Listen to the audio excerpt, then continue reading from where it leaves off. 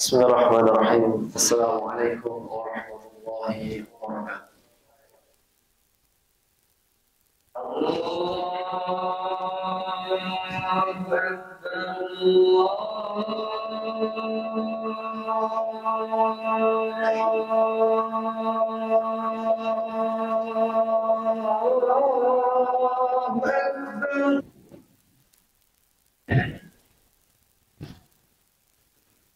Innal hamdalillah nahmaduhu wa nasta'inuhu wa nastaghfiruh wa na'udzu billahi min shururi anfusina wa min sayyiati a'malina. Man yahdihillahu fala mudilla lahu wa man yudlil fala hadiya lahu. أشهد أن لا إله إلا الله وحده لا شريك له وأشهد أن محمدا عبده ورسوله لا نبي ولا رسول بعده. يقول ربنا تبارك وتعالى: يا أيها الذين آمنوا اتقوا الله حق تقاته ولا تموتن إلا وأنتم مسلمون. وقال: يا أيها الناس اتقوا ربكم الذي خلقكم من نفس واحدة وخلق منها زوجها وبث منهما رجالا كثيرا ونساء واتقوا الله الذي تساءلون به والأرحام إن الله كان عليكم رقيبا. أما بعد فإن أصدق الحديث كتاب الله وخير الهدي هدي محمد صلى الله عليه وسلم وشر الأمور محدثاتها فإن كل محدثة بدعة وكل بدعة ضلالة وكل ضلالة في النار. Sidang salat Jumat yang dimuliakan oleh Allah. Alhamdulillah, segala puji bagi Allah yang dengan nikmat dan taufiknya hati kita senantiasa terpanggil untuk memenuhi panggilan Allah. Karena sesungguhnya tidak ada panggilan yang lebih agung, panggilan yang lebih tinggi dan lebih mulia dalam hati sanubari seorang mukmin muslim melebihi panggilan Allahu Akbar. Jemaah yang dimuliakan oleh Allah, sesungguhnya seorang mukmin dalam segala urusannya senantiasa memiliki keistimewaan. Bagaimana tidak? Karena sesungguhnya seorang mukmin ketika ia mencari kehidupannya, mereka senantiasa dalam bimbingan wahyu ilahi. Maka di antara akhlak seorang mukmin, sebagaimana dipesankan Rasulullah SAW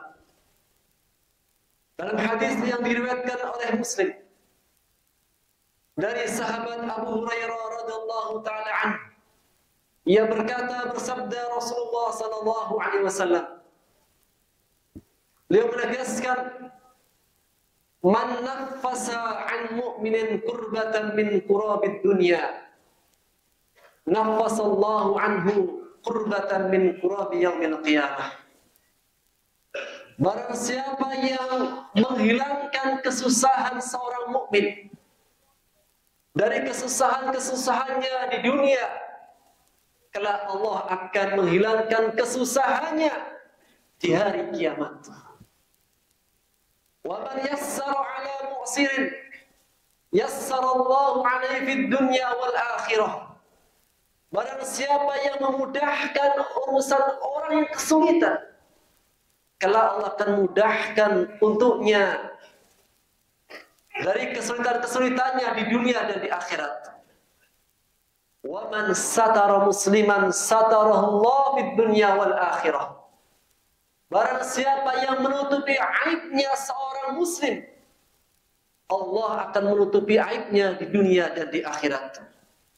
Wallahu fi 'auni al-'abdi ma kana al-'abdu fi 'auni akhihi.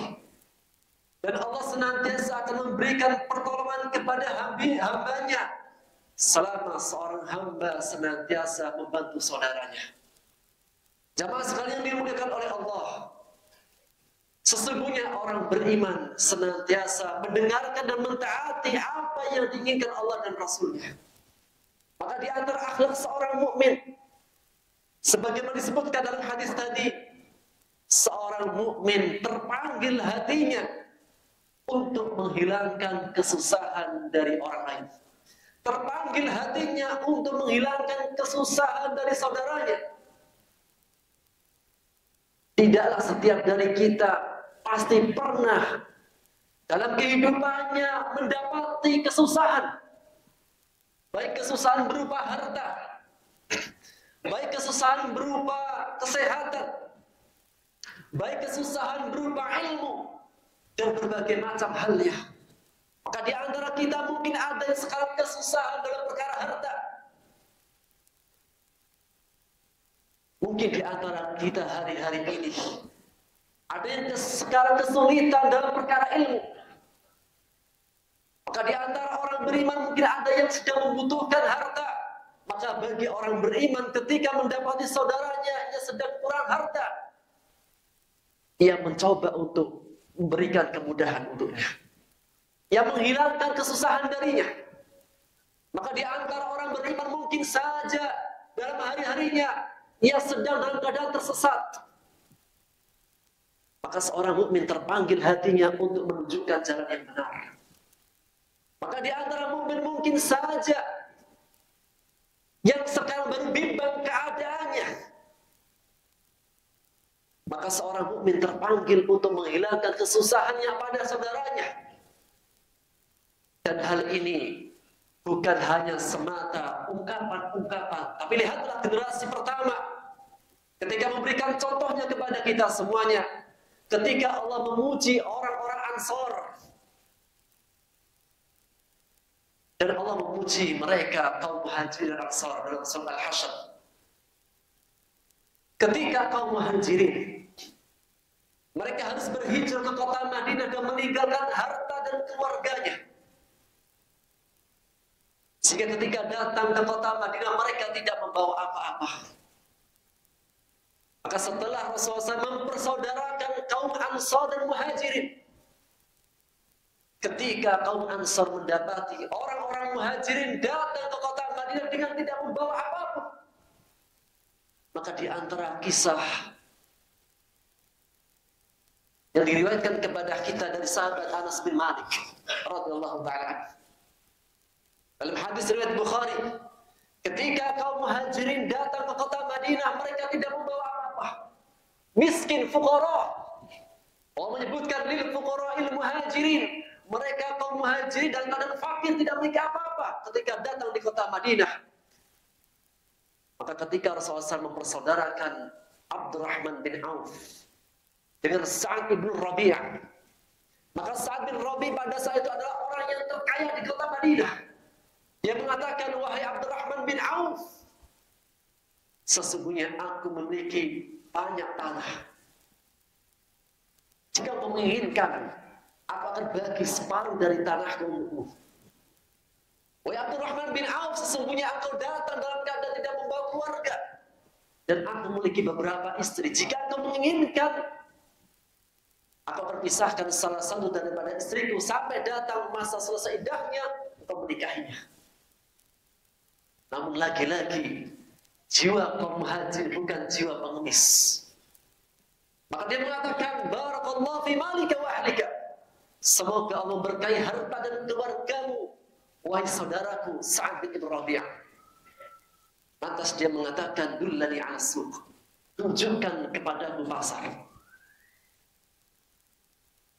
Yang dalam kisah ini, di antara pesan yang bisa kita ambil, bahwasanya kaum Ansar ketika mendapati kaum Muhajir dalam keadaan kesusahan, mereka menyambutnya dengan kebaikan. Ahlan wa sahlan, selamat datang. Ketika kau datang, insya Allah dengan penuh kemudahan, dan kalian datang sebagai keluarga kami. Jadi menawarkan kemudahan-kemudahan untuk mereka kaum Muhajirin. Bahkan disebutkan dalam sebuah riwayat, ada seorang kaum Muhajirin yang datang di kota Madinah Kemudian Rasul mengatakan, siapakah yang menjamu saudara kita malam hari ini? Maka mengangkat salah satu di antara kaum Ansar, aku ya Rasulullah yang akan menjamunya. Maka ketika dia membawa ke rumahnya di malam hari, ketika dihidangkan makanan, lampunya dimatikan. Kemudian dia mengajaknya makan, dan seolah-olah dia makan bersamanya. Ternyata ketika dia menghidangkan makanan, tidak ada makanan lain kecuali satu makanan saja, dan itu dihidangkan untuk saudaranya. Dan kenapa dimatikan lampunya? Agar dia tidak melihat bahwasanya dia hanya berpura-pura makan pada dia ada makanan. Sampai Rasul mengatakan, rahimallah, semoga merahmati wahai saudara Ansar. Maka yang pertama dari akhlak seorang mukmin, ketika mendapati saudaranya sedang dalam keadaan kesusahan, dia terpanggil untuk menghilangkan kesusahan itu. Yang kedua, waman yassara ala musirin. Akhlak kepribadian seorang mukmin adalah sebagaimana Rasulullah sabdakan, man yassara ala musirin, barang siapa yang memudahkan orang yang sedang kesulitan, yassarallahu alaihi fid dunya wal akhirah. Kelak akan mudahkan urusannya, akan mudahkan kesulitannya di dunia dan di akhirat. Jemaah yang dimuliakan oleh Allah, setiap dari kita pasti suatu ketika pernah mengalami kesulitan.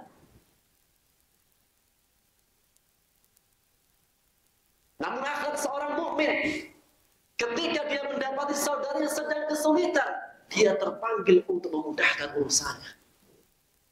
Dan masih banyak persoalan di tengah-tengah umat manusia yang mereka saling mempersulit di antara mereka.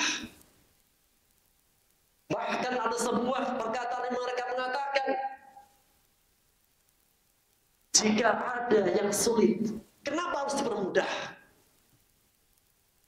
Namun seorang muslim tidak.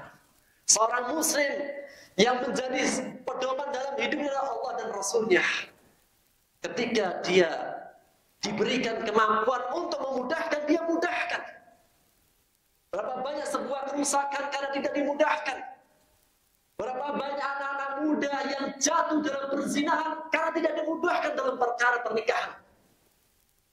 Berapa banyak praktek suap menyuap di antara manusia. Di antara sebabnya karena mempersulit urusan manusia. Namun seorang mukmin muslim, ketika dia diberikan jabatan, ketika diberikan kekuatan, dia memberikan kemudahan untuk saudaranya. Dan dia teringat dengan panggilan Allah dan Rasulnya, barang siapa yang memudahkan seorang mukmin, memudahkan manusia, Allah memudahkan urusan dunia dan akhirat. Dan tidaklah manhaj Rabbani dan sunnah Rasulullah SAW melainkan memberikan kemudahan untuk manusia. Allah menegaskan, wa ma ja'ala fid dini man haraj. Allah tidak pernah menjadikan susah dalam perkara agama kalian. Bahkan dalam perkara agama pun Rasulullah SAW memerintahkan agar mempermudah. Sebagaimana yang ditegaskan oleh Aisyah radhiyallahu taala anha dalam hadis riwayat Muslim, maka beliau menegaskan, ma khayyara Rasulullah sallallahu alaihi wasallam baina amrayn illa ikhtara aisarahuma. Tidaklah Rasulullah sallallahu alaihi wasallam dihadapkan dengan dua urusan, satunya sulit, satunya mudah, melainkan Rasulullah SAW memilih yang termudah. Selama tidak ada dosa di dalamnya. Namun jika ada dosa di dalamnya, beliau menjadi orang yang paling jauh darinya. Dan dialah Rasulullah SAW yang mengategaskan, yassiru wa la tu'assiru wa basyiru wa la tunafiru. Permudahlah urusan, jangan dipersulit. Berikan kabar gembira kepada manusia, jangan dibuat lari. Dan dialah Rasulullah SAW menegaskan, inna dina yusrun, sesungguhnya agama itu mudah. Wa la yushaddida dina ahadun illa ghalabah. Tidaklah seseorang mempersulit agamanya, melainkan dia akan terkalahkan, terjebak dalam kesulitan itu. Terus mengatakan, saddidu wa qaribu. Sesuaikanlah, tepatkanlah sesuai dengan perintah Allah dan Rasulnya, atau dekatkanlah. Wasta'inu bil-ghudwati war-raiha wa syai'in minad duljah. Dan senantiasa mohonlah pertolongan dari Allah dengan di awal waktu pagi, di awal waktu sore, dan sebagian dari waktu malam. Maka dialah Rasulullah SAW yang memerintahkan umatnya untuk memberikan kemudahan. Ini bukan berarti menyepelekan tidak persiapan, tidak. Justru agama kita memesankan kepada kita agar kita mempersiapkan dalam segala halnya. Dalam perkara memudahkan bukan bermakna seseorang menyepelekan akadnya, bukan. Bagaimana tidak Rasul menegaskan al-muslimuna ala syurutihim, muslim itu di atas syarat-syaratnya. Ada hak dan kewajiban, bahkan menegaskan dalam surat Al-Maidah, ya ayyuhalladzina amanu aufu bil 'uqud. Wahai orang-orang beriman, tunaikanlah janji-janji kalian. Bukan berarti memberikan kemudahan seseorang tidak menunaikan hak dan kewajiban, tidak. Justru Allah mengancam kepada orang-orang yang mereka mengambil haknya tapi tidak menunaikan kewajibannya. Allah menegaskan, wailul lil mutaffifin. Celakalah bagi orang berbuat curang. Alladzina idza qalu 'alan nas yastawfun wa idza kaluhum aw wazanuhum yakhsirun. Ketika mereka menerima takaran, menerima haknya, minta dipenuhi. Tapi saat mereka memberikan haknya, kewajibannya, dengan menakar atau menimbang, mereka mengurangi. Memberikan kemudahan bukan berarti seseorang menyepelekan hak dan kewajiban, bukan. Seorang beriman senantiasa menjaga akadnya, menjaga janji-janjinya dan syarat-syaratnya. Barakallahu azim. Wa nafa'ana wa iyyakum bima fihi minal ayatil hakim fastaghfiruhu innahu al-ghafurur rahim.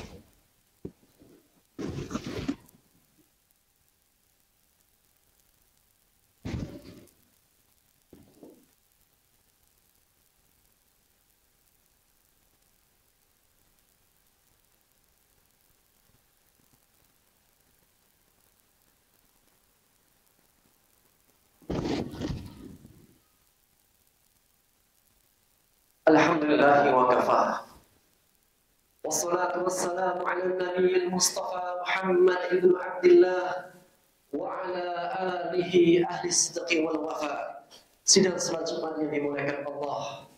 Sesungguhnya akhlak seorang mukmin sebagaimana yang dipesankan Rasulullah SAW. Barang siapa yang menghilangkan kesusahan seseorang di dunia, Allah akan hilangkan kesusahannya pada hari kiamat. Dan barang siapa yang memberikan kemudahan orang yang sedang kesulitan, Allah akan mudahkan untuknya di dunia dan di akhirat. Dan yang ketiga, man satara musliman. Barang siapa yang menutupi aib saudaranya muslim, satarallah di dunia wal akhirat. Allah akan menutupi aibnya di dunia dan di akhirat. Billahi alaina, siapakah di antara kita yang tidak punya aib dan kekurangan? Siapakah di antara kita yang bersih dari kekurangan dan aib? Tidak ada. Maka akhlak seorang mukmin, akhlak seorang muslim, dimanapun dan kapanpun, senantiasa menjaga kehormatan saudaranya, senantiasa menutupi aibnya. Hal ini bukan berarti dia mendiamkan perbuatan mungkar, tidak. Hal ini bukan berarti ketika ada saudaranya yang berbuat kejahatan, kezaliman, dia mendiamkan, tidak. Sedangkan Rasulullah SAW bersabda dalam hadis riwayat Muslim, man ra'a minkum munkaran, barang siapa yang melihat kemungkaran, rubahlah dengan tangannya. Jika tidak bisa dengan lisannya, jika tidak bisa dengan hatinya, dan itulah selemah-lemahnya iman. Namun hak muslim dengan muslim yang lainnya adalah senantiasa menutupi aib dan kekurangannya, memberikan nasihat kepadanya. Dan sebanyak sesungguhnya di antara dosa besar, di antara dosa besar adalah membicarakan aib saudara-saudaranya. Sebagaimana Allah tegaskan dalam surat An-Nur, Di ayat 14 dan 15, ketika terjadi hadisatul ifki, berita dusta yang menimpa Aisyah ummul mukminin radhiyallahu anha, maka Allah mengatakan ittaqawnahu bi alsinatikum wa taquluna bi afwahikum ma laysa lakum bi ilm wa tahsabunahu hayyinan wa huwa 'indallahi 'azim. Orang-orang yang mereka menyebarkan berita dusta terhadap kepribadian seorang mukmin dan mereka menukilnya ke sana kemari dari karena sesuatu yang tidak mereka ketahui dan mereka mengira itu adalah perkara ringan. Mereka mengira perkara dosa kecil. Tidak. Allah mengatakan tahsabunahu hayyina wa huwa 'indallahi 'azim. Kalian mengira menyebarkan aibnya seorang muslim mukmin adalah dosa kecil. Tidak. Dia dosa besar. Tahsabunahu hayyina wa huwa 'indallahi 'azim. Menyebarkan aibnya orang beriman dosa besar yang mungkin saja orang menganggapnya perkara kecil. Dan Allah menegaskan innal ladzina yuhibbuna an tashi'al fahishah fil ladzina amanu, sesungguhnya orang-orang yang mereka suka, senang dengan tersebarnya aibnya seorang saudara yang mukmin muslim, Allah beritakan kepada mereka dengan adab yang sangat pedih. Sehingga seorang mukmin senantiasa terpanggil hatinya untuk senantiasa menutupi aib saudaranya.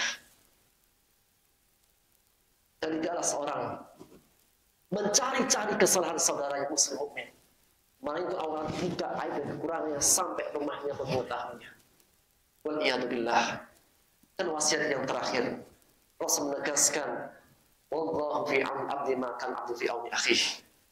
Seseorang akan diberikan pertolongan oleh Allah selama dia senantiasa membantu saudaranya. Maka di antara pintu langit, di antara cara kita mendapatkan pertolongan dari Allah, senantiasa berilah pertolongan kepada saudara-saudara. Maka semoga kita semuanya senantiasa mendapatkan taufik dari Allah yang memberikan kemudahan kepada orang yang kesulitan, menutupi aib-aib saudaranya, menghilangkan kesusahan dari saudaranya, dan senantiasa menjaga ukhuwah di antara orang-orang beriman. Ibadallah, innallaha amara bil amrin bada fi nafsihi wa sanna bihi malaikatahu faqala rabbuna tabaraka wa ta'ala innallaha wa malaikatahu yusalluna 'alan nabi ya ayyuhalladzina amanu sallu wa sallimu taslima. Allahumma fil muslimina wal muslimat wal mu'minina wal mu'minat al ahya minhum al amwat innaka as-sami'u qaribun mujibu da'wati ya qadil hajat. Rabbana la tuzigh qulubana ba'da idh hadaytana wa hab lana min ladunka rahmah innaka antal wahhab. Allahumma inna amanna faghfir lana dhunubana wa qina adhaban nar. Rabbana hab lana min azwajina وذرياتنا قرة أعين واجعل المتقين إماما. اللهم آت نفوسنا تقواها اللهم آت نفوسنا تقواها وزكها فأنت خير من زكاها أنت مولاها وليها رب العالمين. اللهم يا مقلب القلوب ثبت قلوبنا على دينك. اللهم يا مصرف القلوب صرف قلوبنا على طاعتك. ربنا آتنا في الدنيا حسنة وفي الآخرة حسنة وقنا عذاب النار. سبحان ربك رب العزة عما يصفون وسلام على المرسلين والحمد لله رب العالمين. قوموا إلى صلاتكم رحمكم الله. الله أكبر الله أكبر أشهد أن لا إله إلا الله.